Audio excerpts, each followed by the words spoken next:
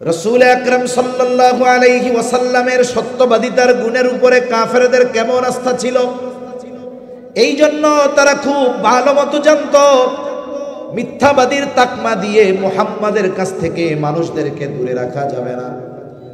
এই জন্য তারা নবীজির ব্যাপারে 4টি শব্দ বেশি ব্যবহার করত। তারা চিন্তা করতেছে সামনেই হজের মৌসুম, পৃথিবীর বিভিন্ন প্রান্ত থেকে মানুষেরা ওই সময়ও বাইতুল্লাহর মহব্বতে বাইতুল্লাহ জিয়ারত করার জন্য আসতো। কাফেররা চিন্তা করছে যদি মুহাম্মদ তাদের কাছে গিয়ে এই কথাগুলো বলে, হয়তো মুহাম্মাদের কথায় প্রভাবান্বিত হয়ে ওই মানুষগুলো তাদের ধর্ম ত্যাগ করতে পারে। কি করা যায়?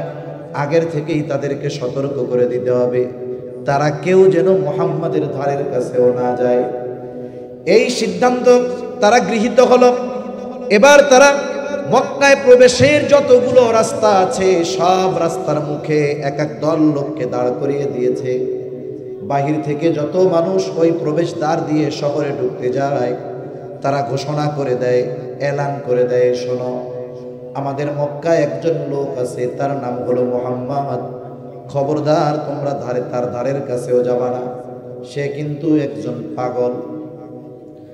ওই পথে যারা আসে সবাইকে এক কথা, যে মক্কায় একজন লোক আছে, তার নাম হলো মুহাম্মদ, খবরদার তোমরা তার কাছে যাবা না, সে কিন্তু একজন পাগল। আর এক রাস্তায় প্রবেশদ্বারে আর এক দল দাঁড়ানো, যারাই প্রবেশ করে তাদেরকে তারা বলে, শোনো, মক্কায় একজন লোক আছে, তার নাম হলো মুহাম্মদ, সে কিন্তু একজন জাদুকর, খবরদার তোমরা তার ধারের কাছেও যাবা না। আর এক রাস্তায় আর এক দল দাঁড়ানো, বলে, শোনো, মক্কায় একজন লোক আছে, তার নাম হলো মুহাম্মদ, খবরদার তার কাছে তোমরা যাবা না, সে কিন্তু একজন গণক। আর এক রাস্তায় দাঁড়ানো আর এক দল, যারাই আসে সে উঁচু আওয়াজে ঘোষণা করে, শোনো, মক্কায় একজন লোক আছে, তার নাম হলো মুহাম্মদ, খবরদার তোমরা তার কাছে যাবা না, সে কিন্তু একজন কবি। তার মানে দেখার আগেই সকলের কানে কাফেরদের মাধ্যমে মুহাম্মাদের নাম পৌঁছানোর ব্যবস্থা করে দিয়েছে কে? কমপক্ষে দেখুক আর না দেখুক বুঝতে পারছে মুহাম্মদ নামে একজন আছে।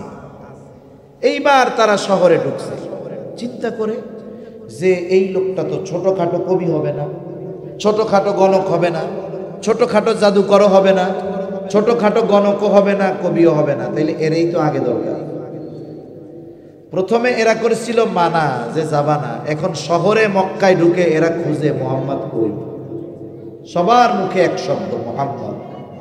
দেখেন পৃথিবীর কেউ চিন্তা না থাকে, ফেসবুক নাই, ইউটিউব নাই, ইন্টারনেট নাই, কিন্তু পৃথিবীর আনাজ কানাজ থেকে যেই মানুষগুলো এসেছে মক্কায়, আল্লাহ তাআলা কাফেরদের মুখ দিয়ে নামটা কানে পৌঁছায়া দিয়েছে, মুহাম্মদ নামে একজন আছে।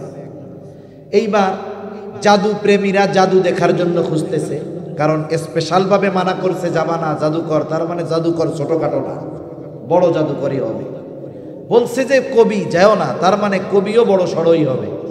গণক যাও না, তাইলে সাধারণ গণক না, এরাই তো আগে দরকার। তাইলে পাগল যাও না, বলে তাইলে তো ছোটখাটো পাগল না, এর কাছেই তো আগে যাইতে হবে। এখন সবাই খুঁজতেছে কোথায় মুহাম্মদ। বলেন তো আমার আপনার নবী কি জাদু জানে নাকি?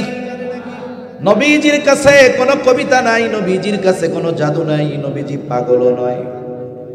কেউ গেছে জাদু দেখার আশায়, কেউ গেছে কবিতা শোনার আশায়, কেউ গেছে পাগল দেখার জন্য, গণক দেখার জন্য, কিন্তু নবীর কাছে এই সবের কিছু নাই। নবীর কাছে যা ছিল তার নাম হলো কোরআন। নবীজির কাছে যে যাইতো নবীজি তাকে কোরআন শোনায়া দিতেন। ১৫০০ বছর পরে এখনো আমাদের বিভিন্ন অঞ্চলে, চট্টগ্রামেও অনেক কেরাত সম্মেলন, কেরাত মাহফিল হয়।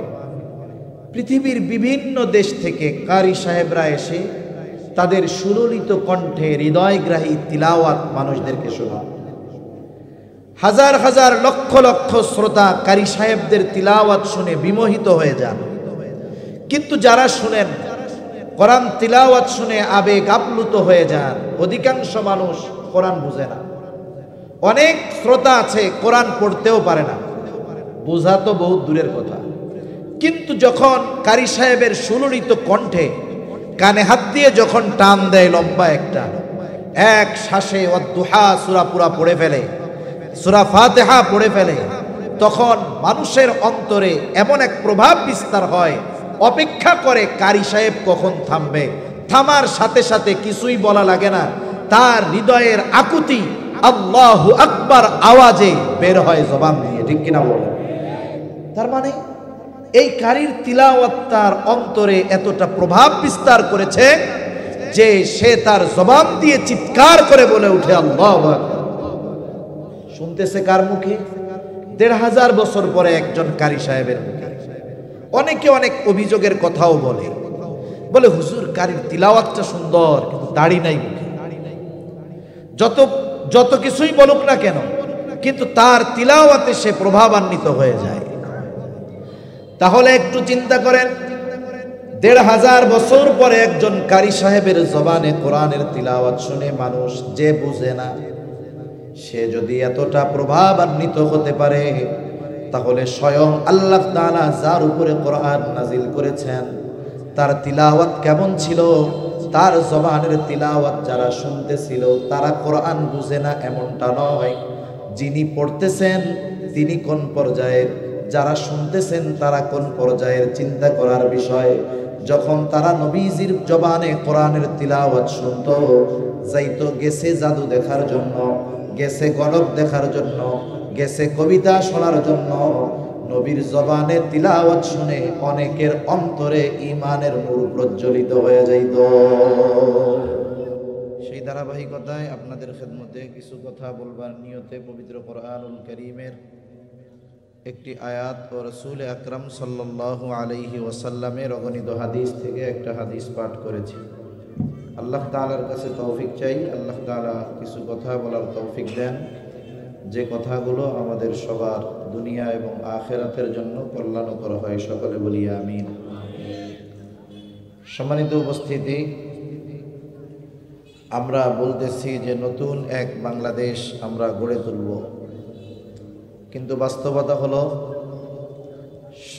শাসক তো ওই রকমই হবে, প্রজা যেমন হবে, রাজা ওই রকমই হয়, প্রজা যেমন হয়। আমরা যেমন শাসক চাই, প্রথমত আমাদেরকে ওই ধরনের চরিত্র গুণাবলী অর্জন করতে হবে। আমরা কেউ চাই না যে আমাদের শাসক মিথ্যা কথা বলবে, কেউ কি চাই? কেউ চাই না। আমরা কেউ চাই না আমাদের শাসক খেয়ানতকারী হবে, কেউ কি চাই? কেউ চাই না যে শাসক খেয়ানতকারী হবে। সাথে সাথে চাই যে শাসক দুর্নীতিবাজ হবে না। আমরা কেউ চাই না যে শাসক দুর্নীতিবাজ হবে, চাই নাকি?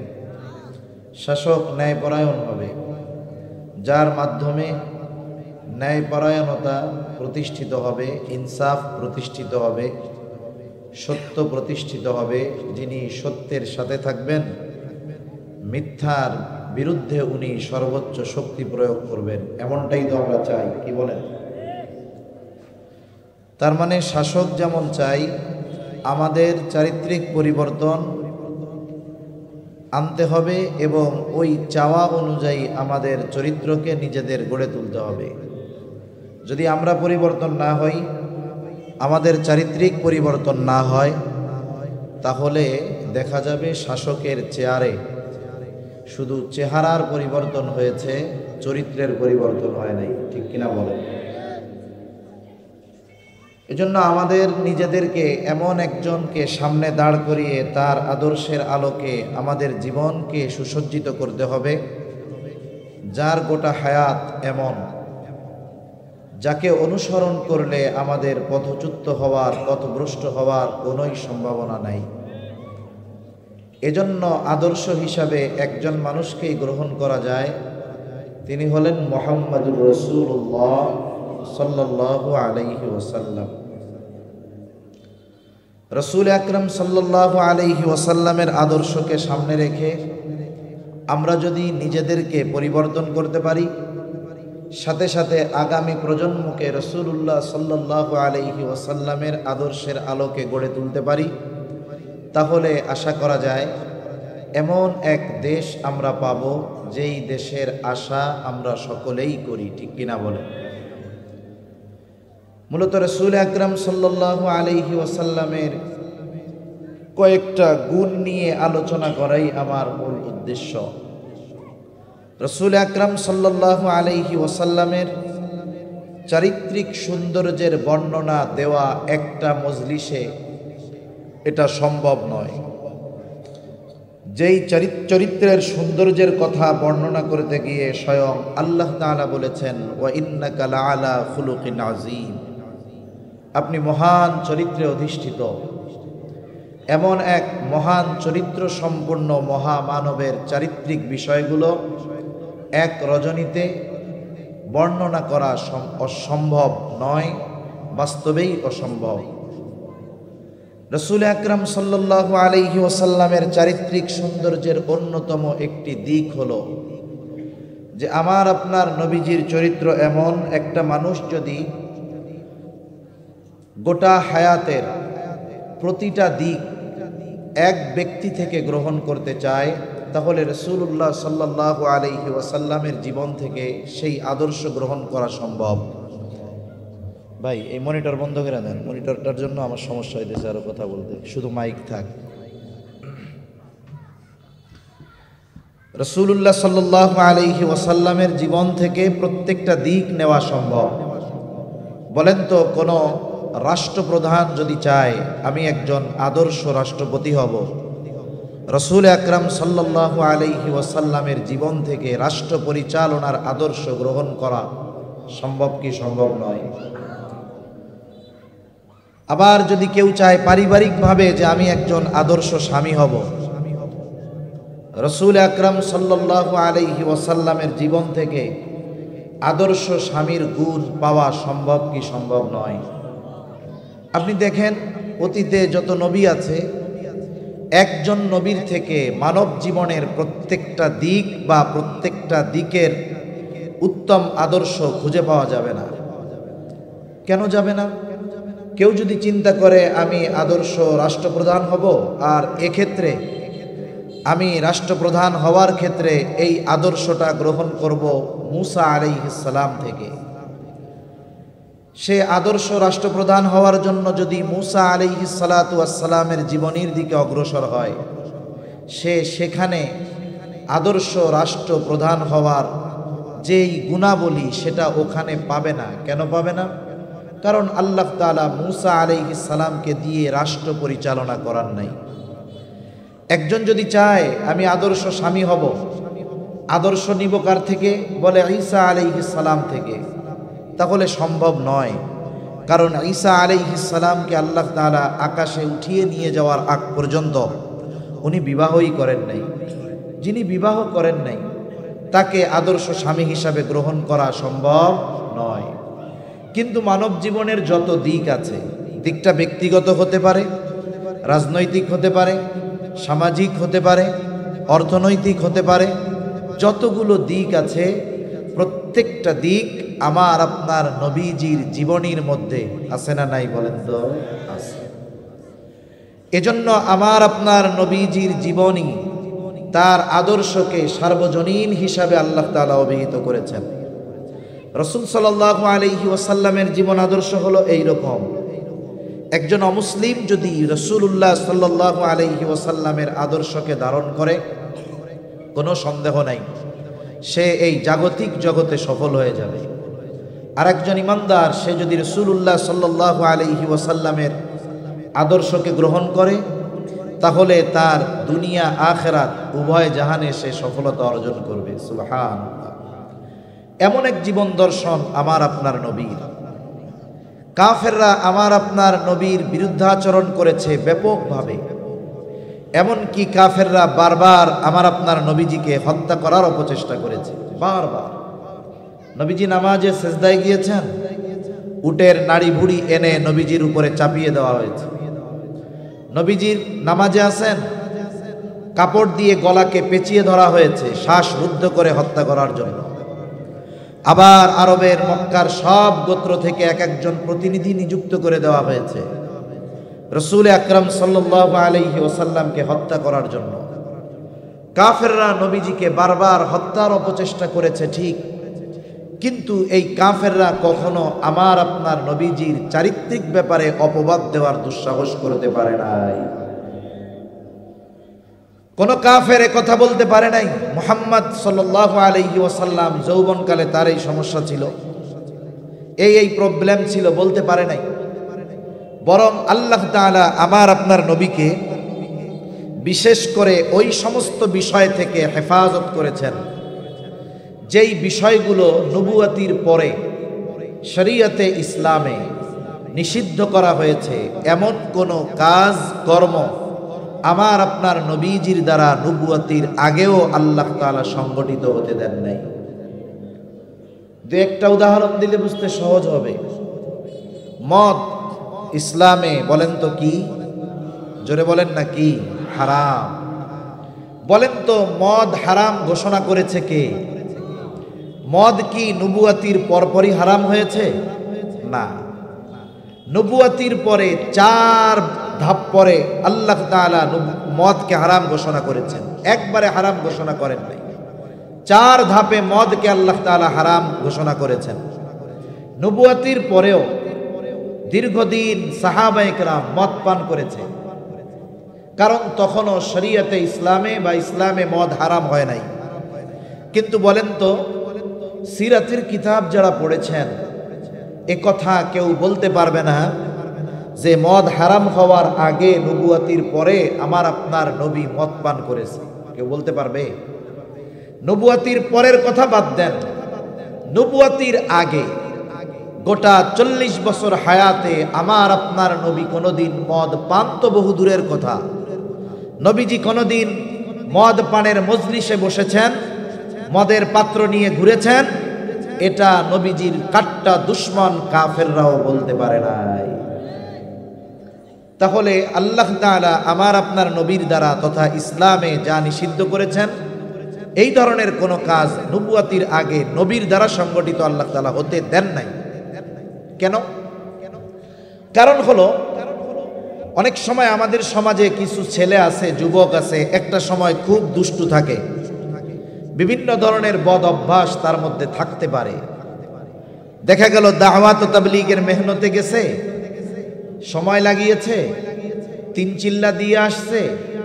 যেই ছেলেটা 4 মাস আগে এলাকার সবচেয়ে খারাপ ছিল, দাওয়াত ও তাবলীগের মেহনতের সাথে সম্পৃক্ত হয়ে 3 চিল্লা দিয়ে সে এখন এলাকার সবচাইতে বড় বুজুর্গ হয়ে গেছে। হয় কি হয় না?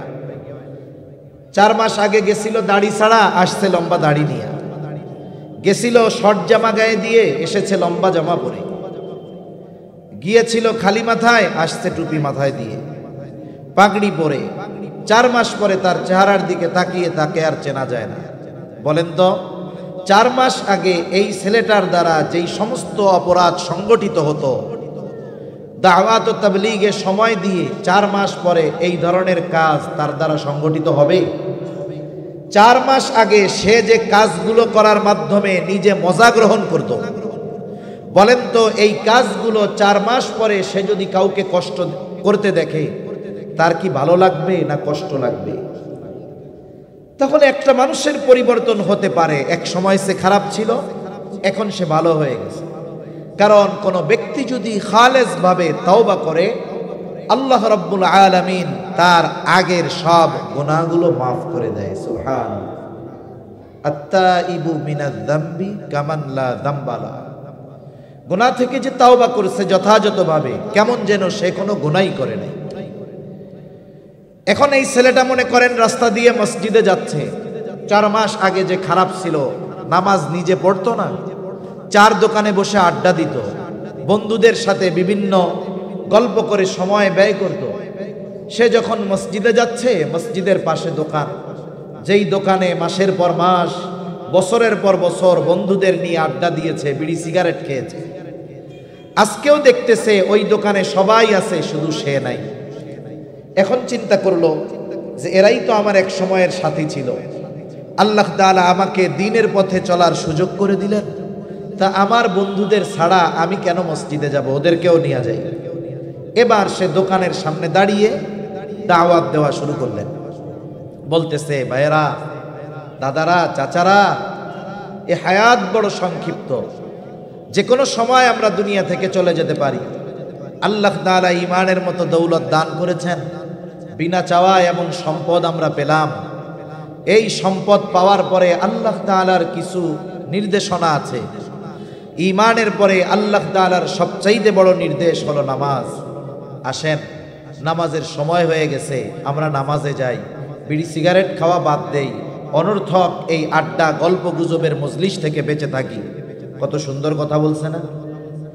তার এই সুন্দর কথার পরে যারা তার কথাগুলো শুনেছে, অধিকাংশ ক্ষেত্রে মানুষ দুই ভাগে বিভক্ত হয়ে যাবে। এক গ্রুপ বলবে হ্যাঁ কথা ঠিক ভাই, আর এক গ্রুপ বলবে বাবা 6 মাস আগে তোমার ঠেলায় টেকা যাইতো না, এখন তুমি বড় বুজুর্গ হয়ে গেছো, তুমি তো কয়দিন আগে এইগুলা করছো, আল্লাহ চাইলে তোমার মতো আল্লাহ আমাকে ভালো বানায় দিব। এরকম বলার লোক আছে না নাই? বলেন তো, ওই ছেলেটা যখন আবেগ নিয়ে, দরদ নিয়ে, ভালোবাসা নিয়ে এই কথাগুলো বলল, আর তার কথাগুলো যখন মানুষ শ্রবণ করবার পরে রিয়াকশনটা এমন হলো খোঁচা মারা, কষ্ট লাগবে কি লাগবে না? এই যে বলছে তুমিও তো এক সময় এগুলা করছো। আল্লাহ তাআলা আমার আপনার নবীকে নবুয়তির পরে যেই বিষয়গুলো নিষিদ্ধ করেছেন, এগুলো নবুয়তির আগে নবীর দ্বারা সংগঠিত হতে দেন নাই যত কারণে, এর মধ্যে একটা কারণ হলো নবীজি উম্মতকে বলবেন এটা করো না, আর তারা যেন এই কথা না বলতে পারে মুহাম্মদ তুমিও তো এক সময় এগুলো করেছো। এ কথা বলার সুযোগ আল্লাহ তাআলা রাখেন নাই। হেফাজত নবীজিকে কিভাবে করেছেন আল্লাহ তাআলা? নবীজি সাল্লাল্লাহু আলাইহি ওয়াসাল্লাম বলেন, আমি তখন বালক ছিলাম, 10-11 বছর বয়স। মক্কার মধ্যে বড় একটা বিবাহ অনুষ্ঠান হবে। বিবাহের মূল আকর্ষণ রাতের বেলা খাওয়া দাওয়ার শেষে সারা রাত ব্যাপী নাচ গানের অনুষ্ঠান হবে। বিশাল আয়োজন, সকলে খাওয়া দাওয়া শেষ করে অপেক্ষা করতেছে কখন ডাক আসবে সেই গানের অনুষ্ঠানের। ইতিমধ্যে একজন ডাকতেছে, এই সবাই ওই জায়গায় চলো, ওইখানে গানের অনুষ্ঠান শুরু হবে। ঘোষণা দেওয়ার সাথে সাথে সবাই দলে দলে দৌড় শুরু করছে। কে কার আগে গিয়ে আগে বসবে আর কাছে বসে এই নাচ গানের অনুষ্ঠান উপভোগ করবে। আসলে দ্বীনি মজলিসগুলোর মধ্যে অনেক সময় অনেক জায়গায় দেখি যে মানুষদেরকে যত বলা হয় যে সামনে আসেন, এমন অবস্থা যেন ওই জায়গায় আঠার সাথে ওনার শরীর লেগে গেছে, আর নড়তে চায় না। কিন্তু পাপের অনুষ্ঠান, গানের অনুষ্ঠান, নাচের অনুষ্ঠান, চারদিকে ঘেরা, টাকা দিয়ে ঢুকতে হয়। অনেক সময় দেখা যায় বৃদ্ধ মানুষ, চুল পেকে গেছে, চামড়া ঝুলে গেছে, 50 জনের ঘাড়ের উপরে পাড়া দিয়ে সামনে এসে বসে। যদি কেউ কিছু বলে, যেভাবে যাচ্ছেন কেন, বলে আইরে বুড়া হয়ে গেছি, চোখেও কম দেখি, কানেও কম শুনি, তোমরা বাইচা থাকলে বহু দেখতে পারবা, আমি মরার আগে একটু ভালো মতো দেখা নেই। তাহলে গুনার অনুষ্ঠান উপভোগ করার জন্য মানুষ চিন্তা করে যত কাছে আগে মিশে মিশে বসা যায় তত কাছের থেকে দেখা যাবে। সবাই দৌড় শুরু করছে। নবীজির সাথে যারা ছিলেন তারা বলতেছে, মুহাম্মদ আসো আসো, তাড়াতাড়ি আসো, নাইলে তো জায়গা পাওয়া যাবে না। নবীজি বলেন, ওরা তো আমাকে ডাকতেছে, এদিক দিয়ে আমার দু চোখ জোড়ে ঘুম চলে আসছে, আমার দেহটা ক্লান্ত হয়ে আসছে, ওরা আমাকে রেখেই চলে গেছে, জায়গা পাবে না তো। আর আমার দু চোখ জুড়ে ঘুম, আমি বাড়ির এক পাশে ঘুমায় পড়ছি। সারা রাত কি হয়েছে আমার কোনো খবর নাই। সকালে সূর্যের আলো যখন আমার চোখে পড়েছে, সূর্যের তাপে আমার ঘুম ভাঙছে, আমি ঘুম থেকে উঠে দেখি কারো কোনো খবর নাই। সারা রাত কি হয়েছে এ ব্যাপারে আমি কিছুই জানি না। সুবহান। তাহলে নবীজিকে আল্লাহ তাআলা কিভাবে হেফাজত করেছেন, যে যারা হত্যার অপচেষ্টা করেছে তারাও চারিত্রিক অপবাদ দেওয়ার দুঃসাহস করতে পারে নাই।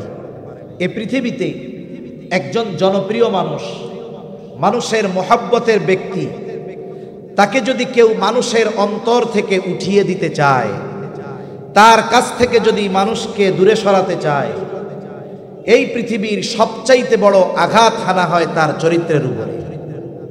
যদি মানুষের সামনে তার চরিত্রকে কুলুষিত করে উপস্থাপন করা যায়, চারিত্রিক অপবাদ দিয়ে মানুষকে যদি বিশ্বাস করানো যায়, তাহলে দেখা যাবে অনেক মানুষের তার প্রতি আগের সেই মোহাব্বত, ভালোবাসা, সিম্প্যাথি থাকবে।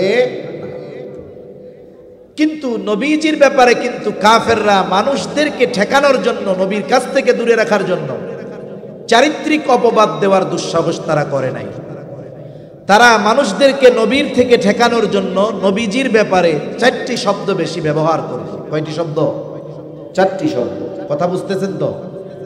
বেশি সময় কষ্ট দিব না আমি, অল্প সময়। 4টি শব্দ তারা বেশি ব্যবহার করছে। 1 নাম্বার, তারা মুহাম্মদ সাল্লাল্লাহু আলাইহি ওয়াসাল্লামের ব্যাপারে মানুষদেরকে বলতো উনি হইল পাগল, উনি হলো জাদুকর, উনি গণক, উনি কবি। 4টি শব্দ বেশি ব্যবহার করত। রাসূল আকরাম সাল্লাল্লাহু আলাইহি ওয়াসাল্লাম যখন নবুয়তির পরে 3 বছর গোপনে দাওয়াত দিয়েছেন। কয় বছর? 3 বছর। 3 বছর দাওয়াত দেওয়ার পরে আল্লাহ তাআলার পক্ষ থেকে নির্দেশ এসেছে, এখন আর গোপনে দাওয়াত দিলে হবে না, এখন দাওয়াত দিতে হবে প্রকাশ্যে। আত্মীয় স্বজন, পাড়া প্রতিবেশী, পরিচিত জন যারা আছে সকলকে প্রকাশ্যে দাওয়াত দেন। আল্লাহ তাআলার নির্দেশ, ওয়া আনদির আশীরাতাকাল আকরাবিন। আল্লাহ রাব্বুল আলামিনের এই নির্দেশের পর আমার আপনার নবী চিন্তা করলেন কিভাবে সবার কাছে তাওহীদের কথা, রিসালাতের কথা পৌঁছিয়ে দেওয়া যায়। এখনকার মতো আধুনিক সময় তো আর তখন ছিল না। একত্রে একটা কথা সব মানুষের কাছে এক সময় পৌঁছানো কঠিন। তবে মক্কায় একটা বিষয় ছিল, মক্কার একটা পাহাড় আবু কুবাইস পাহাড়। এই পাহাড়টা আরবদের কাছে একটা তাৎপর্যপূর্ণ পাহাড় ছিল। যদি কোনো অপরিচিত ব্যক্তি, হোক সে আরবি, হোক সে অনারবি, হোক সে দরিদ্র, হোক সে ধনী, কোনো ব্যক্তি যদি মুসিবতে পতিত হয়ে ওই পাহাড়ের উপরে উঠে মক্কাবাসীর কাছে সাহায্য প্রার্থনা করত, মক্কাবাসী দেখত না ব্যক্তিকে। মক্কাবাসী ওই পাহাড়ের উপরে উঠে যেই সাহায্য চাইত, তার সাহায্যার্থে মক্কার মানুষেরা ছুটে আসত। নবীজি চিন্তা করলেন আবু কুবাইস পাহাড়ের উপরে দাঁড়িয়ে যাবেন।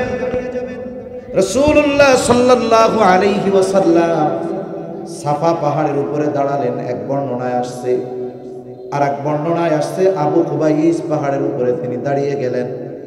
মূল কথা হলো সাফা পাহাড় আবু কুবাইস পাহাড়েরই একটা অংশ। এই জন্য 2টা বর্ণনাই সঠিক, দুইটার মধ্যে কোনো মুখালাফাত নাই, 2টার মধ্যে কোনো দ্বন্দ্ব নাই। নবীজি সাফা পাহাড়ের উপরে উঠে মক্কাবাসীকে আহ্বান করলেন, ডাকলেন। যেহেতু অপরিচিত কোনো মানুষ যদি ডাক দেয়, মক্কাবাসী তার সাহায্যার্থে ছুটে আসে। আজকে ডাকতেছে আল আমিন। দলে দলে সকলে ছুটে আসছে পাহাড়ের গোড়ায় পাদদেশে। চলো চলো, আল আমিন আমাদেরকে ডাকতেছে, চলো আল আমিন ডাকতেছে। এইবার যখন সকলে একত্রিত হলো, নবীজিকে জিজ্ঞাসা করে, মুহাম্মদ তুমি কেন আমাদেরকে জমা করেছো, ডেকেছো? নবীজি তখন তাদেরকে বলতেছে, আমি যদি তোমাদেরকে এই খবর দেই যে এই পাহাড়ের পেছন দিকে পাদদেশে একদল ফর্সারোহী সৈন্য তোমাদের উপরে আক্রমণ করার জন্য অপেক্ষা করতেছে, আকুনতুম মুসাদ্দিকিয়া, তোমরা কি আমার এই কথা বিশ্বাস করবা নাকি? নবীজির এই প্রশ্নের জবাবে উপস্থিত সবাই সমস্বরে জবাব দিয়ে বলল, কেন বিশ্বাস করব না মুহাম্মদ? কারণ ইতিপূর্বে আমরা তোমাকে কখনো মিথ্যাবাদী পাই না। এর আগে 43 বছরে তুমি একটা মিথ্যা কথাও বলো নাই, সব সময় তোমাকে আমরা সত্যবাদী পেয়েছি। আর আজ কি তুমি মিথ্যা কথা বলবা? এটা তো হতেই পারে না। রাসূল আকরাম সাল্লাল্লাহু আলাইহি ওয়াসাল্লামের সত্যবাদিতার গুণের উপরে কাফেরদের কেমন আস্থা ছিল, এই জন্য তারা খুব ভালো মতো জানতো মিথ্যাবাদীর তাকমা দিয়ে মুহাম্মাদের কাছ থেকে মানুষদেরকে দূরে রাখা যাবে না।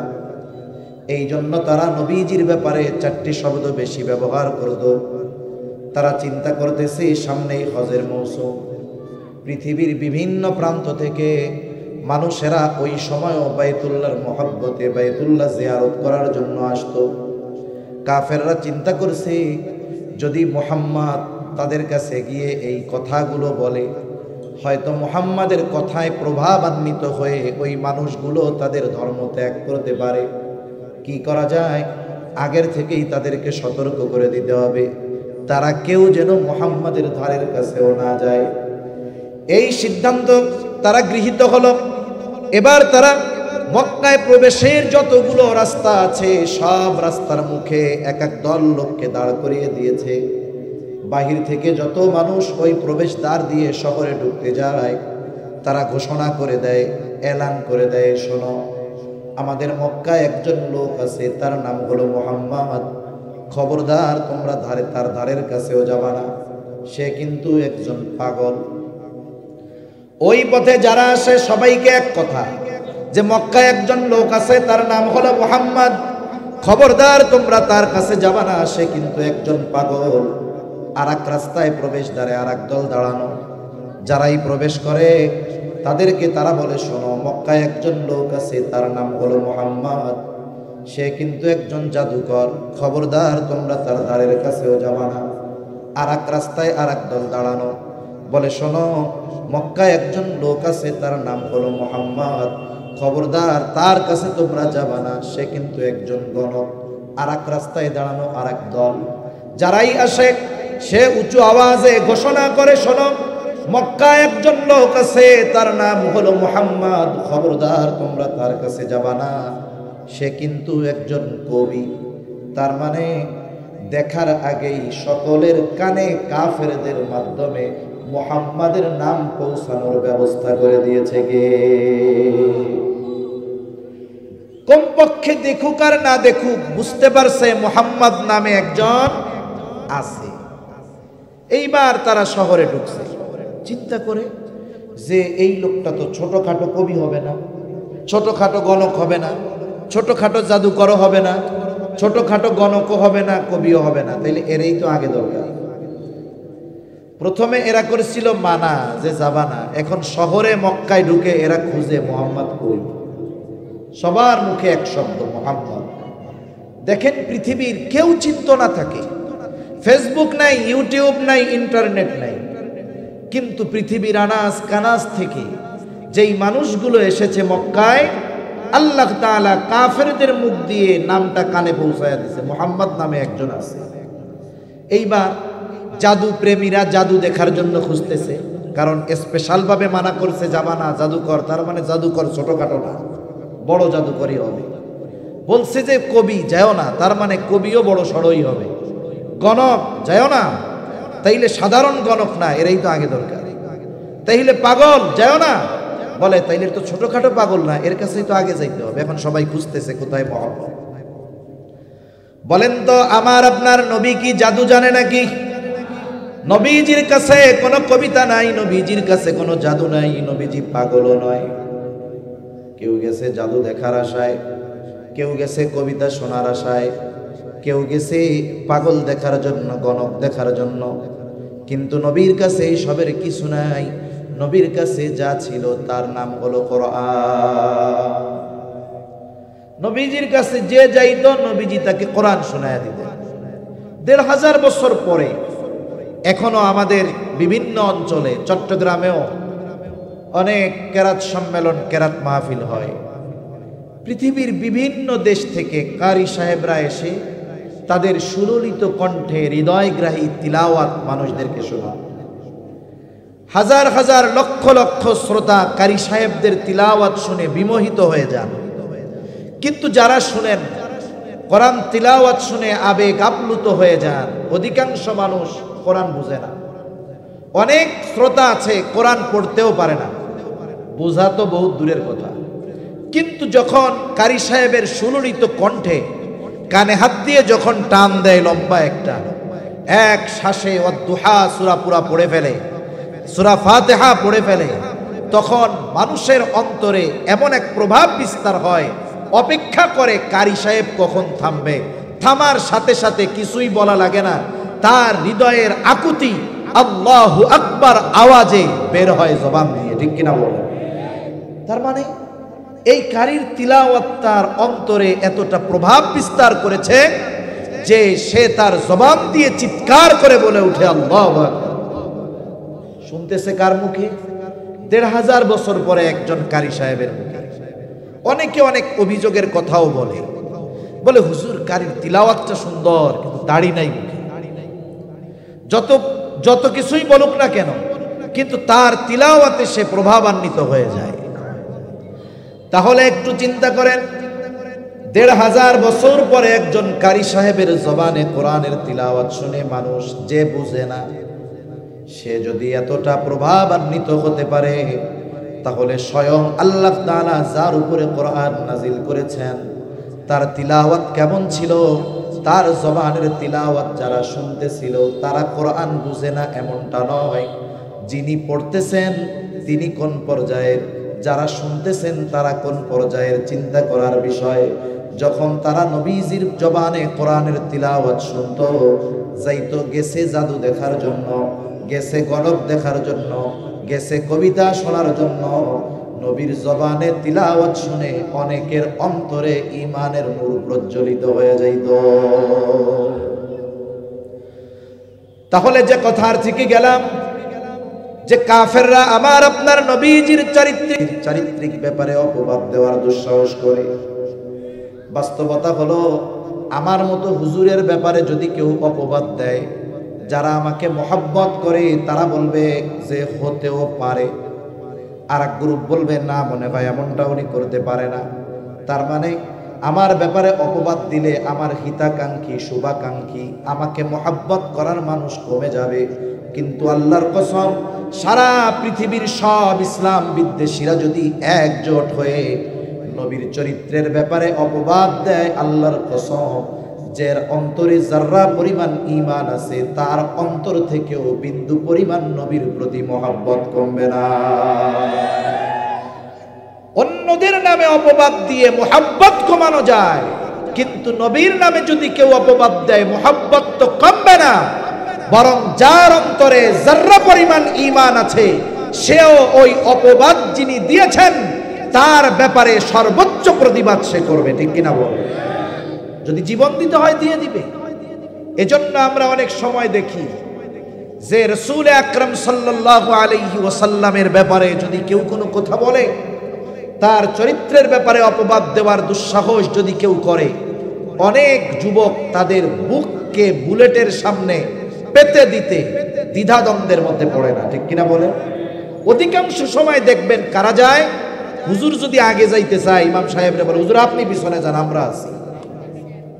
খোঁজ নিয়ে দেখবেন হয়তো ছেলেটা ভালো মতো সুন্নাত পালন করে না, হয়তো ঠিক মতো নামাজ পড়ে না, কিন্তু নবীজির ব্যাপারে যদি কেউ কিছু বলে সহ্য করতে পারে। সেজন্য রাসূলুল্লাহ সাল্লাল্লাহু আলাইহি ওয়াসাল্লামের ব্যাপারে অপবাদ দিয়ে নবীর উম্মতের অন্তরে নবীর প্রতি মহব্বত কমানো কিয়ামত পর্যন্ত সম্ভব নয়। এখন কথা হলো, তাহলে নবীর ব্যাপারে অপবাদ দিলে আমাদের প্রতিবাদ করার কি দরকার, যেহেতু নবীর কোনো সম্মান ক্ষুণ্ণ হচ্ছে না? অনেকে বলতে পারে, তাদের জিজ্ঞাসা করি, যদি আপনার বাবার চরিত্রের ব্যাপারে যদি কেউ অপবাদ দেয়, আপনার নেতার চরিত্রের ব্যাপারে যদি কেউ অপবাদ দেয়, আপনি কি বসে থাকবেন নাকি? আপনি সুস্থ সবল, আপনার বাবার চরিত্রের ব্যাপারে যদি কেউ অপবাদ দেয় আর আপনি যদি চুপ করে বসে থাকেন, মানুষ আপনাকে বলবে এটা একটা নালায়েক, এটার বাপের প্রতি কোনো মহব্বত নাই। চিন্তা করে দেখেন, আপনার বাবার চরিত্রের ব্যাপারে অপবাদ দিলে আমি আপনি বসে থাকবো না, কিন্তু যাকে মহব্বত করা ঈমানের সাথে সম্পৃক্ত তার চরিত্রের ব্যাপারে অপবাদ দিবে, আর ঈমানদার কেমনে বসে থাকে? ঈমান যার আছে সে কখনো বসে থাকতে পারে না। এজন্য নবীজি সাল্লাল্লাহু আলাইহি ওয়াসাল্লামের চরিত্রের উপরে অপবাদ দিলে সম্মান কমবে না, কিন্তু বিষয়টা হলো আমরা যদি চুপ করে বসে থাকি, মেনে নেই, তাহলে তো আমাদের ঈমানের 12টা বেজে যাবে। ঠিক কিনা বলেন? এজন্য রাসূল আকরাম সাল্লাল্লাহু আলাইহি ওয়াসাল্লামকে আমরা মহব্বত করি, এই মহব্বতের দাবি এটা। নবীজির ব্যাপারে কেউ অপবাদ দিলে পিছু হটা যাবে না। নবীজির চরিত্রের ব্যাপারে বিভিন্ন কথার মাধ্যমে অপবাদ দেওয়ার দুঃসাহস করে ইসলাম বিদ্বেষীরা। যেমন একটা কি বলে বলে 25 বছরের একজন যুবক বিবাহ করেছে 40 বছরের একজন নারীকে। আগে যার 2 জায়গায় বিবাহ হয়েছে, 2 জন স্বামী ইন্তেকাল করেছে, একজন 25 বছরের যুবক 40 বছর বয়স্ক একজন মেয়েকে বিবাহ করতে পারে? নবীর ব্যাপারে ওরা বলে নাউজুবিল্লাহ, নবী নাকি সম্পদের লোভে বিয়ে করেছে, নাউজুবিল্লাহ বলে। অথচ বাস্তবতা কি? নবীজি খাদিজাতুল কুবরা রাদিয়াল্লাহু তাআলা আনহাকে বিবাহের প্রস্তাব নিজের থেকে দেনই নাই। ইতিহাস থেকে শোনাই আপনাদের, খাদিজাতুল কুবরা রাদিয়াল্লাহু তাআলা আনহার 2 জন স্বামী ইন্তেকালের পরে উনি মোটামুটি দৃঢ় প্রতিজ্ঞাবদ্ধ হয়েছেন তিনি আর বিবাহ শাদী করবেন না। স্বামীদের থেকে যেই সম্পদ পেয়েছেন, বাবার থেকে কিছু সম্পদ, এগুলো দিয়ে উনি ব্যবসা শুরু করলেন। তিনি একজন বুদ্ধিমতী নারী ছিলেন, বিদুষী নারী ছিলেন। অল্প দিনের মধ্যেই তিনি একজন প্রতিষ্ঠিত ব্যবসায়ী হিসাবে প্রসিদ্ধি লাভ করলেন। ওনার চরিত্র এত সুন্দর ছিল, ওই জাহেলিয়াতের সময় খাদিজাতুল কুবরা রাদিয়াল্লাহু তাআলা আনহার উপাধি ছিল তাহেরা, পুত পবিত্রা। পৃথিবীর বিভিন্ন জায়গা থেকে বড় বড় সম্পদশালীরা, অনেক বড় বড় রাজা বাদশারা ওনাকে বিবাহের প্রস্তাব দিয়েছেন, উনি নাকচ করে দিয়েছেন।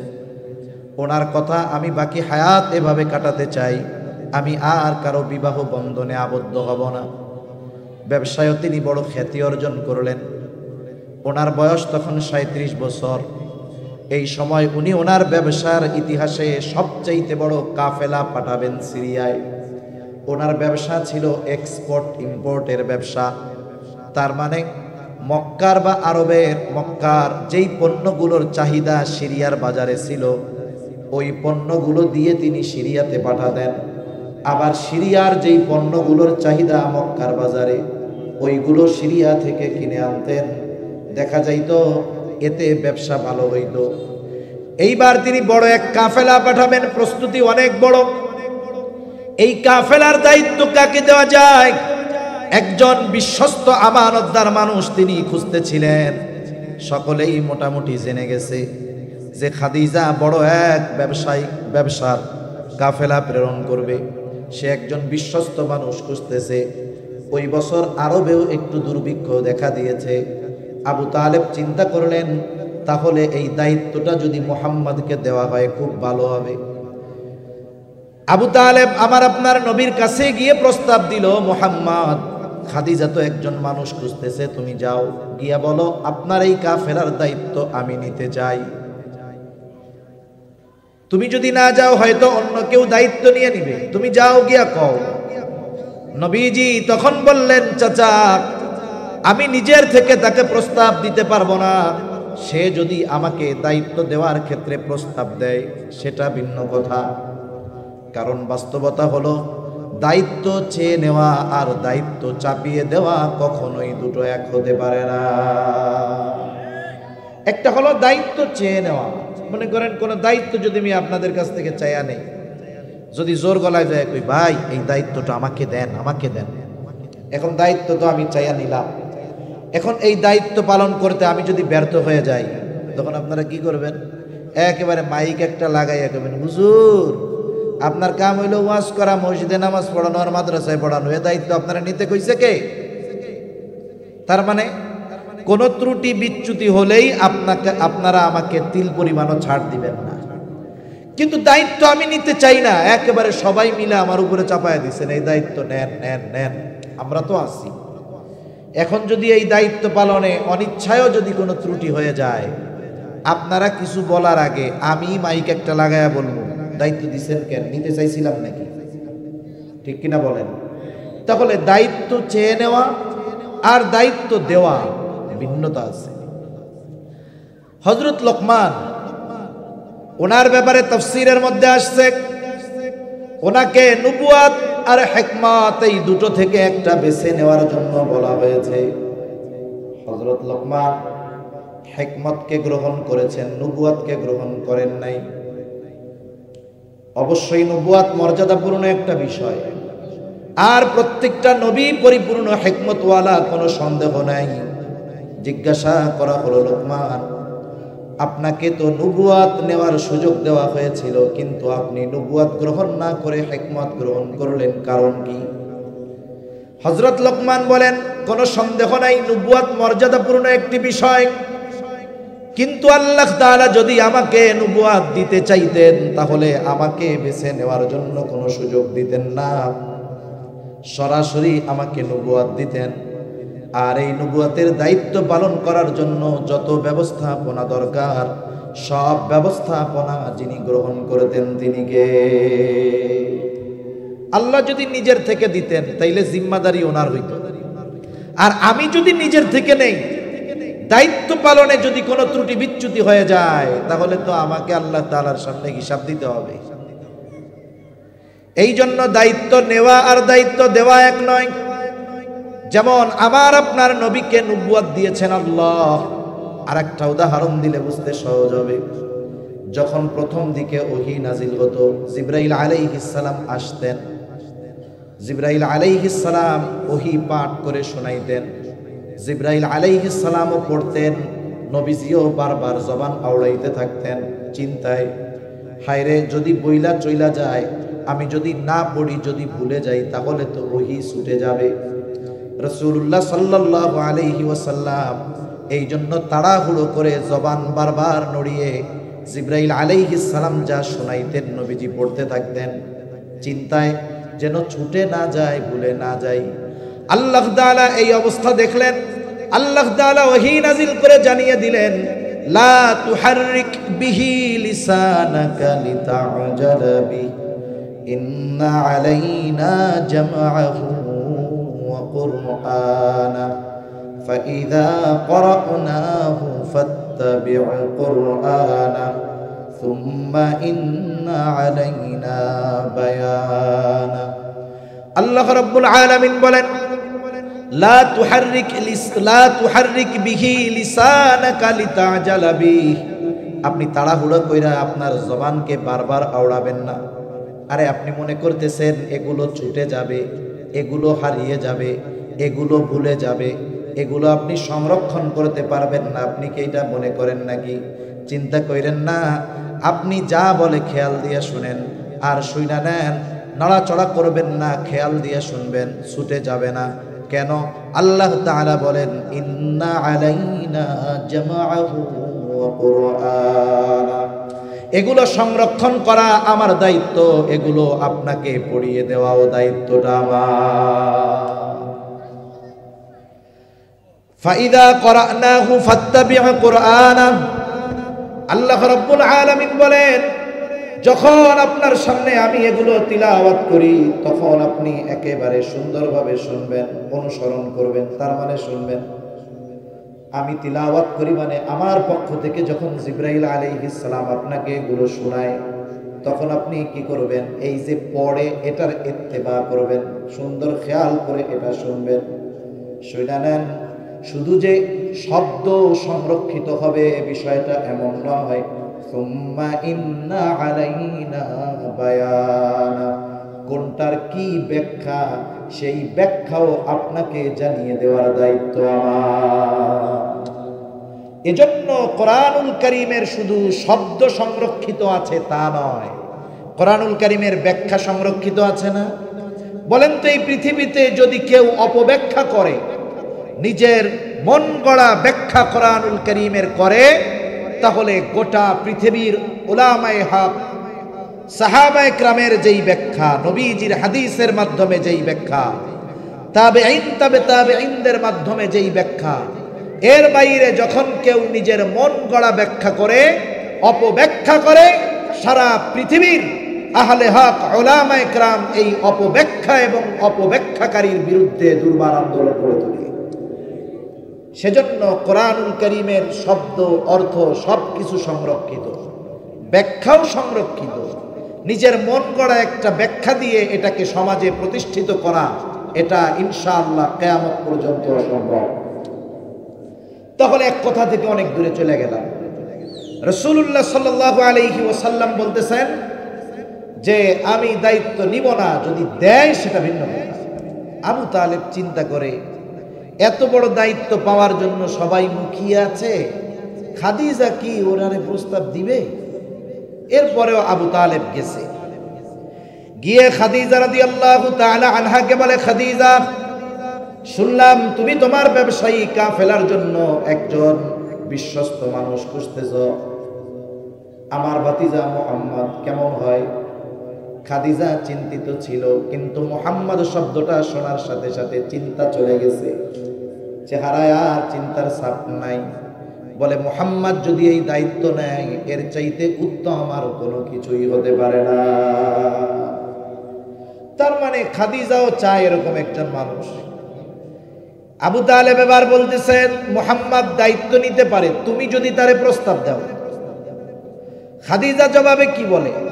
বলে, আবু তালেব, মুহাম্মদ ব্যতীত আপনি যদি অন্য কারো ব্যাপারে এই কথা বলতেন আমি জীবনেও মাইনা নিতাম না, কিন্তু মুহাম্মদকে এই বিষয়ের প্রস্তাব দিতে আমার কোনো আপত্তি নেই। খাদিজা ব্যবসায়ী কাফেলার দায়িত্ব নেওয়ার জন্য নবীজিকে অনুরোধ করলেন, নবীজি দায়িত্ব গ্রহণ করলেন।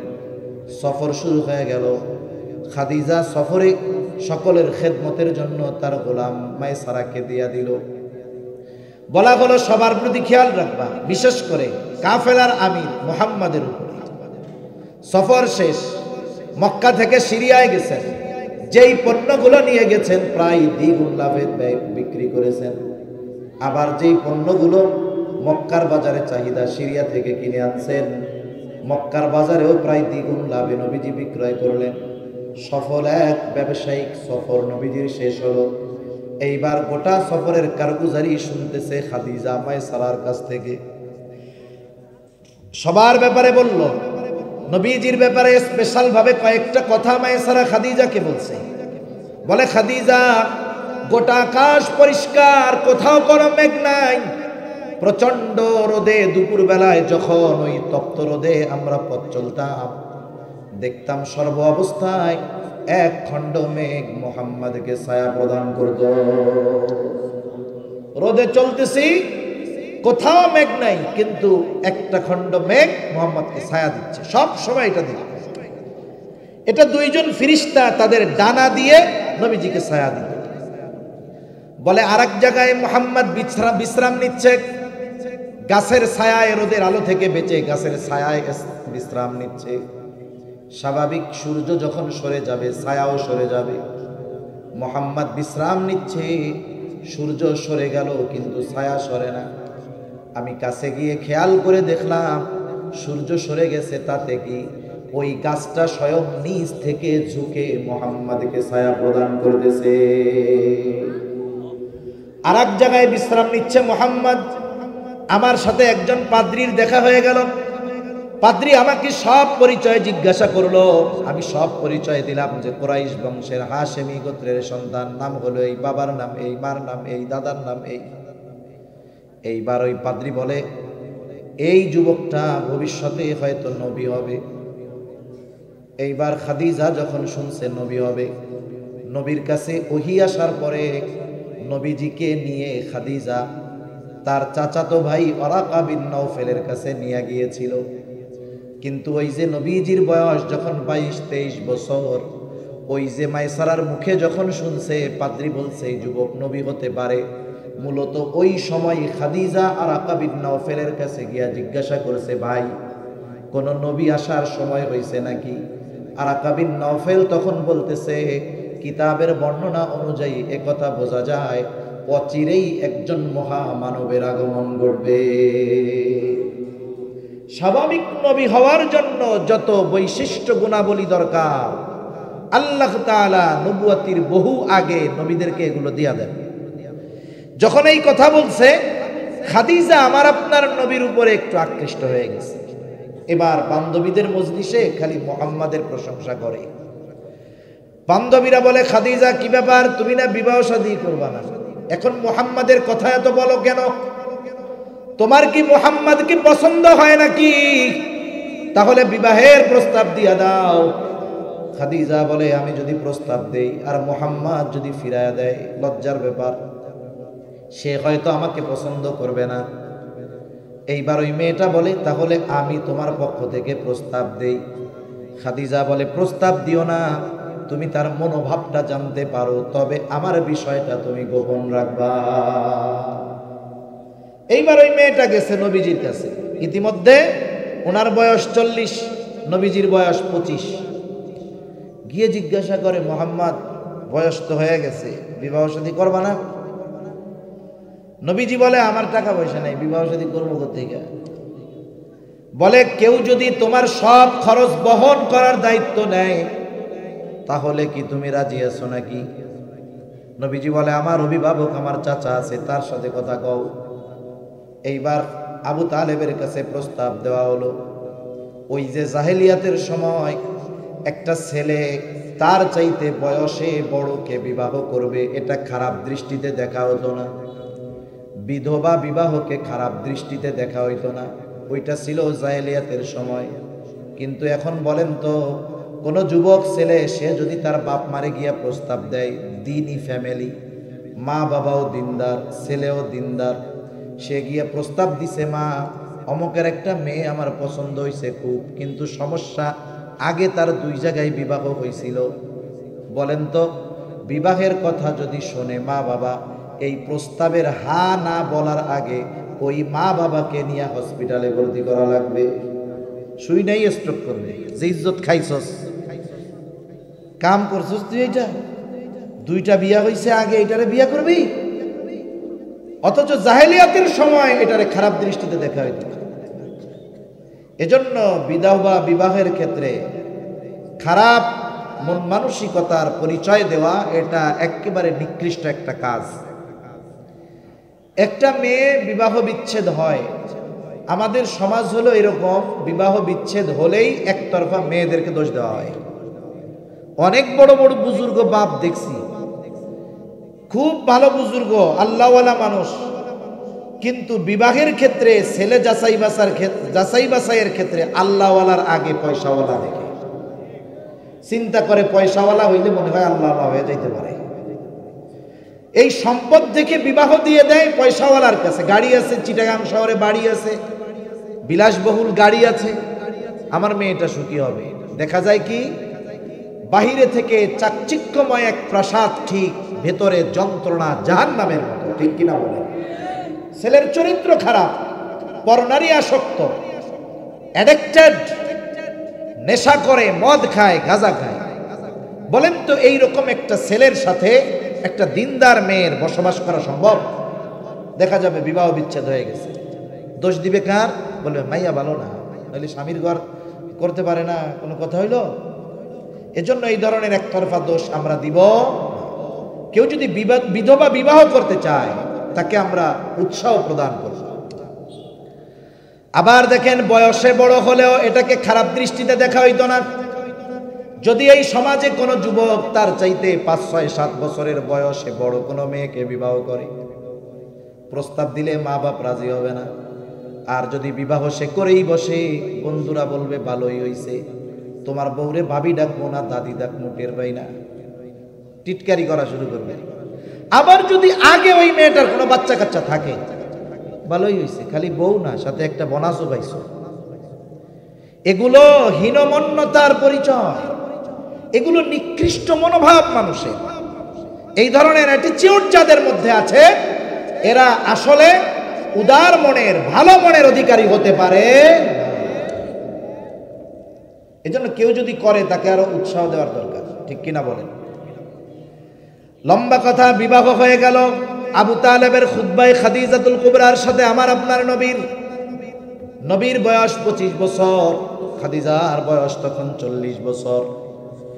বিবাহ সম্পাদিত হলো। নবী কি বলছে? কিছুই নাই, টাকা পয়সা নাই। বিবাহ রজনীতে খাদিজা আমার আপনার নবীজিকে বলতেছে, ও মুহাম্মদ, এতকাল আপনার সাথে আমার এক ধরনের সম্পর্ক ছিল, আজকে থেকে সম্পর্কটা আর এক রকম। এতকাল আমি একরকম ছিলাম, আপনি আর এক রকম, আজকে থেকে আমি হলাম আপনার অধীনস্থ। সুতরাং আমার যত সম্পদ আছে মুহাম্মদ, আমার সব সম্পদের মালিকানা আমি আপনাকে দিয়ে দিলাম। এই সম্পদ যেখানে খুশি, যেভাবে খুশি, যাকে খুশি, যত খুশি আপনি ব্যয় করবেন, কারণ সব সম্পদের মালিক আপনি। বলেন তো স্বইচ্ছায় সজ্ঞানে কেউ যদি কাউকে কোনো সম্পদ দিয়ে দেয় তাহলে এই সম্পদের মালিক সে হয় কি হয় না? এই কথাই আল্লাহ তাআলা কোরআনুল কারীমের সূরাতুদ দুহার মধ্যে আল্লাহ তাআলা বলেন, ওয়াওয়াজাদাকা আইলান ফাআগনা। এই সূরার মধ্যে আল্লাহ তাআলা নবুয়তের আগে নবীকে প্রদত্ত কিছু নেয়ামতের কথা আল্লাহ তাআলা উল্লেখ করেছেন। ওই নেয়ামতের কথা উল্লেখ করতে গিয়ে বলেন, আরে আপনি তো নিঃস্ব ছিলেন, আমি আপনারে ধনী বানায়া দিয়েছি। তার মানে খাদিজার সাথে আপনার বিবাহ আমি আল্লাহই সম্পাদিত করেছি। শুধু তাই না, খাদিজা স্বেচ্ছায় সব সম্পদ আপনাকে দিয়ে সে সম্পদশালী বানিয়ে দিয়েছে। সুবহান। তাহলে যারা বলে যে মুহাম্মদ সম্পদের লোভে খাদিজাকে বিবাহ করেছে, বলেন তারা সত্য বলে না মিথ্যা বলে? মিথ্যা কথা বলে। নবীর ব্যাপারে আর একটা অপবাদ দেয়, কি বলে? বলে নবী তার পুত্র বধূকে বিবাহ করেছে। নাউজুবিল্লাহ। এটা কেন বলে? জাহেলিয়াতের সময় একটা কুসংস্কার চালু ছিল, যুগের পর যুগ, শতাব্দীর পর শতাব্দী ধরে।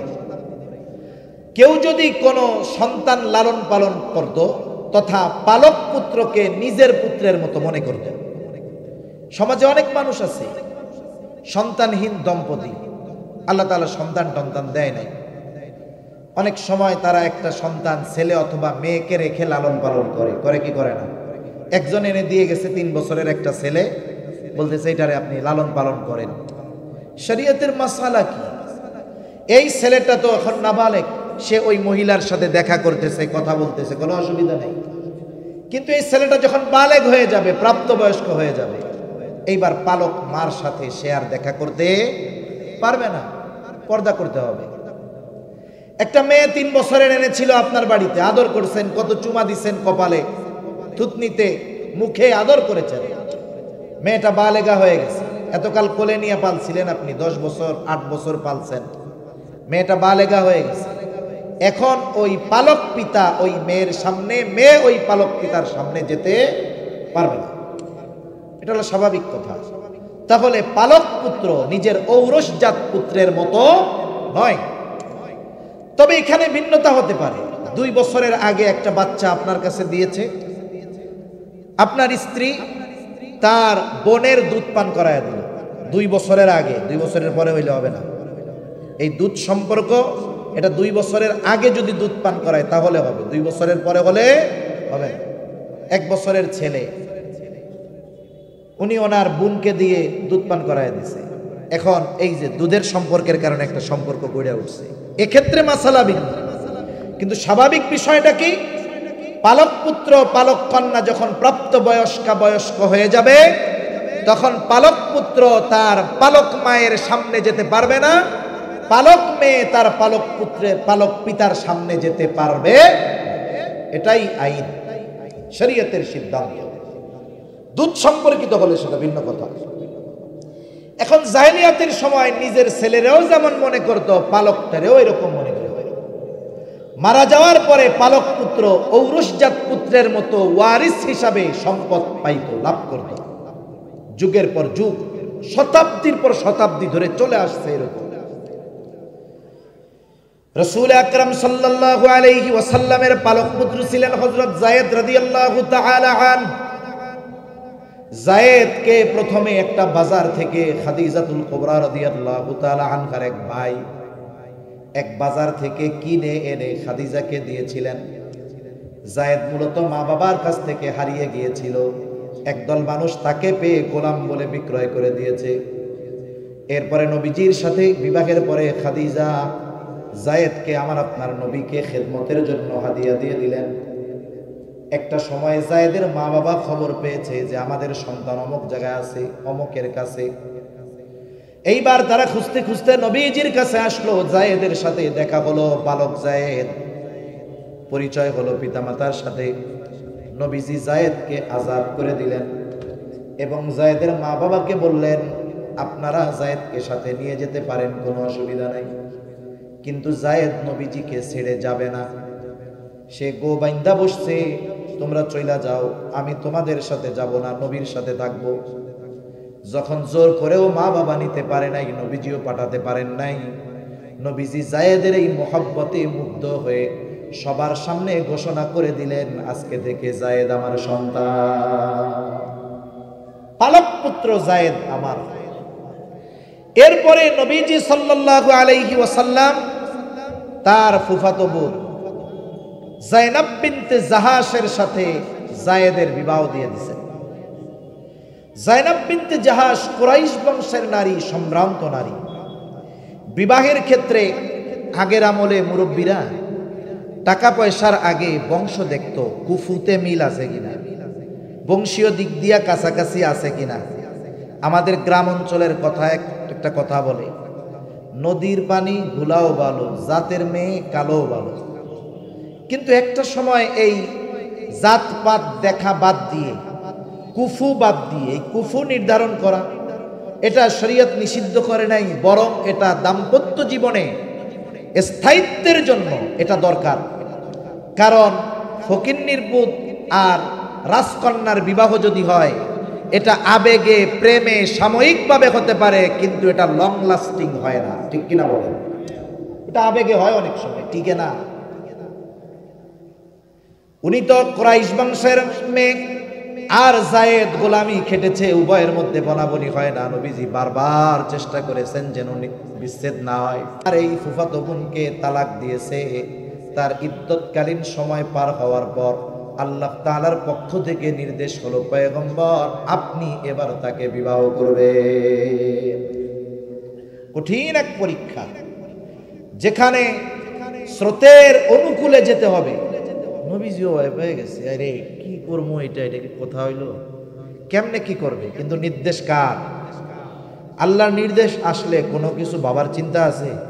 কোনটা খারাপ কোনটা মন্দ আল্লাহ যদি সিদ্ধান্ত দেয়, কোনটা ভালো কোনটা মন্দ, এটা চিন্তা করার সময় আছে মানুষের? আল্লাহ তাআলা বলেন, আপনি এবার তাকে বিবাহ করবেন। মা কানা আলান নাবিয়্যি মিন হারাজিন ফীমা ফারাদাল্লাহু লাহু সুন্নাতাল্লাহি ফিল্লাযীনা খালাউ মিন ক্বাবল ওয়া কানা আমরুল্লাহি কদারাম মাকদুরা। দুনিয়ার মানুষ যা বলে বলুক, আপনি এটা করবেন, আল্লাহর পক্ষ থেকে নির্দেশ আসছে নবীর উপরে, এটা যে যা বলে বলুক, কোনো অসুবিধা নাই আপনার করতে, আপনি এখন করতে হবে এটা।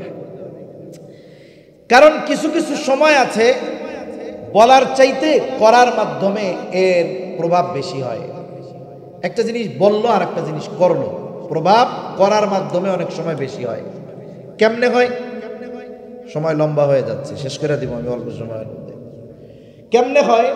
যখন হুদায়বিয়ার সন্ধি যেই বছর হয়েছে, সাহাবায়ে কেরাম মক্কা থেকে মদিনা থেকে মক্কার উদ্দেশ্যে রওনা দিচ্ছেন। বিশেষ করে মুহাজির যারা, চিন্তা যে এই যে 5-6 বছর পরে একটু বাইতুল্লাহকে দেখব চোখ দিয়ে, আত্মীয় স্বজনের কাছে যাব, খোঁজ খবর নিব।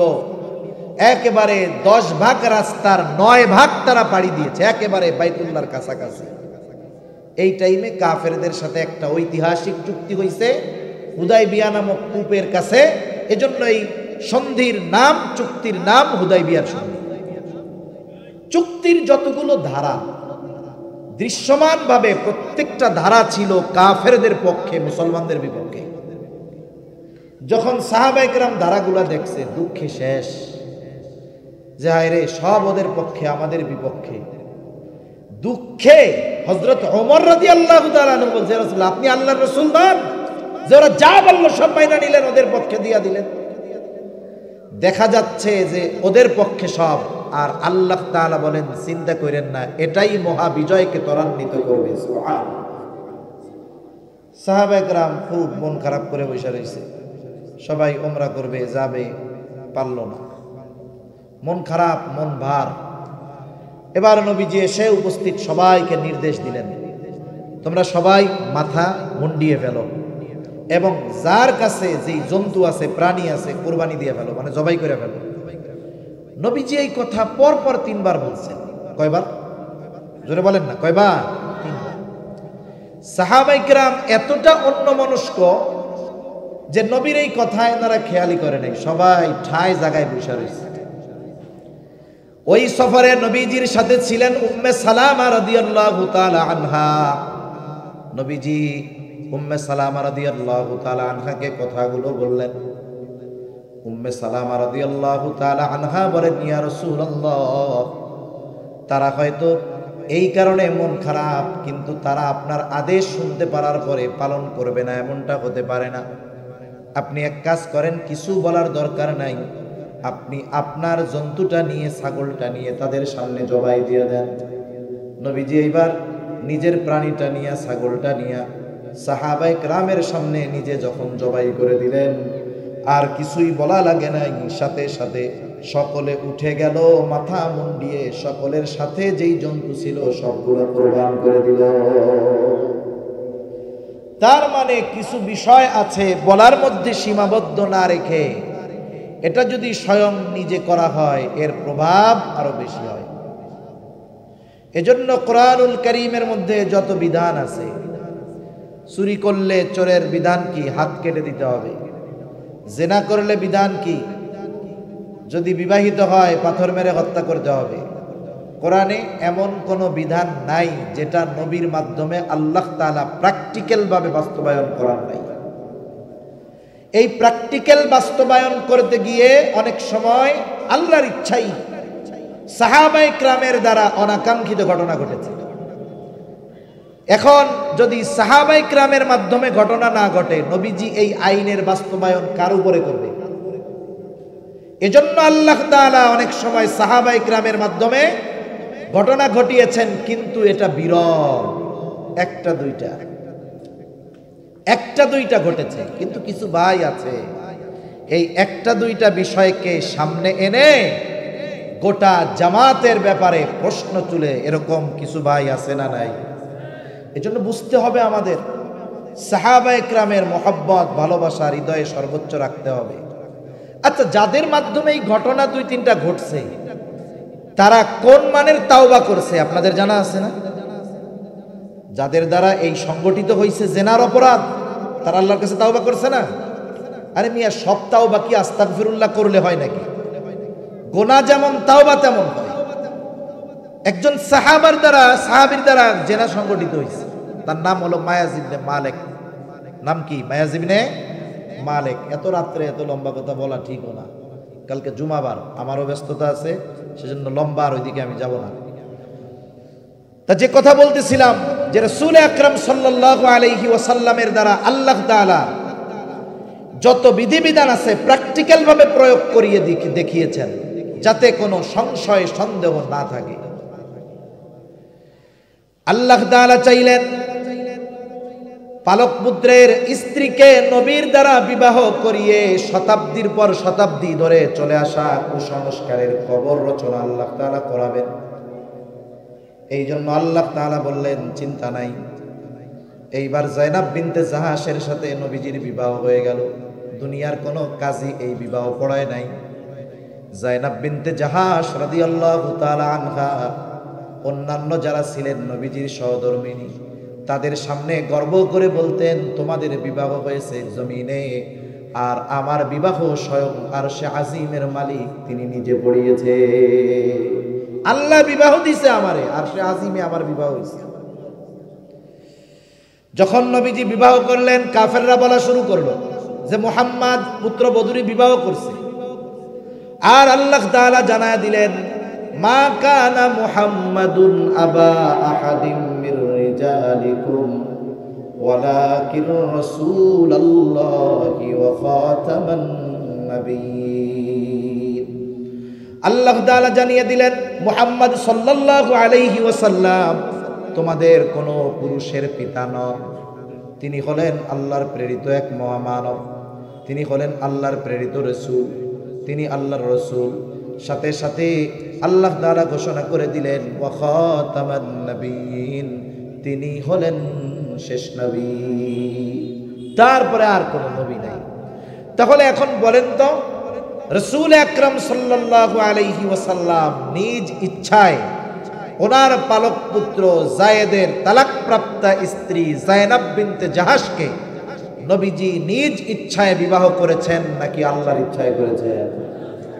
এজন্য এই ধরনের প্রশ্ন কথা যারা তুলে, এরা আল্লাহর ব্যাপারে কথা বলে। সুতরাং নবীজির ব্যাপারে এই রকম যত ধরনের অপবাদ আছে সবগুলা ডাহা মিথ্যা। অনেকে নবীজিকে বলে এত বিবাহ করছে কেন?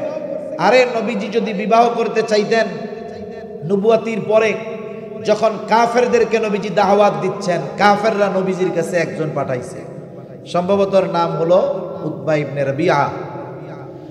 ও গিয়ে নবীজিরে বলতেছে, মুহাম্মদ তোমার কি হয়েছে আমাকে একটু কও তো, কোন জিন তোমারে ক্ষতি করতেছে? কেউ তো কি তোমারে জাদু করছে? তাইলে বলো, টাকা পয়সা নাই, আমরা চাঁদা তুইলা তোমারে সবচেয়ে ভালো চিকিৎসক দিয়া চিকিৎসা করাবো। মুহাম্মদ এমন করো কেন?